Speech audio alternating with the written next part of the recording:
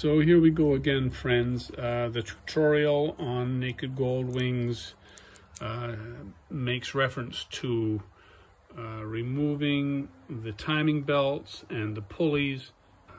But what the tutorials don't say is that, oh, by the way, these pulleys may not come off. No reference to it at all. It just says take them off. So I certainly can't put anything in here and pry on this aluminum. I tried just the least little bit to see if I could get any wiggle, but I could not. So I'll try heating this joint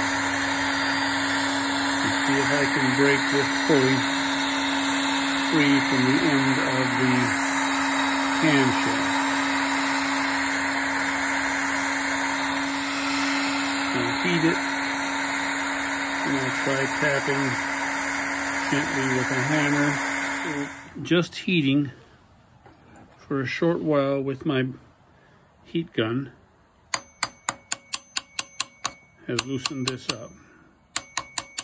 Just tapping it back and forth a little bit now, and then putting a screwdriver in behind this side and a screwdriver in behind this side, and gently prying out, applying some more PB Blaster, and I expect I'll have it shortly.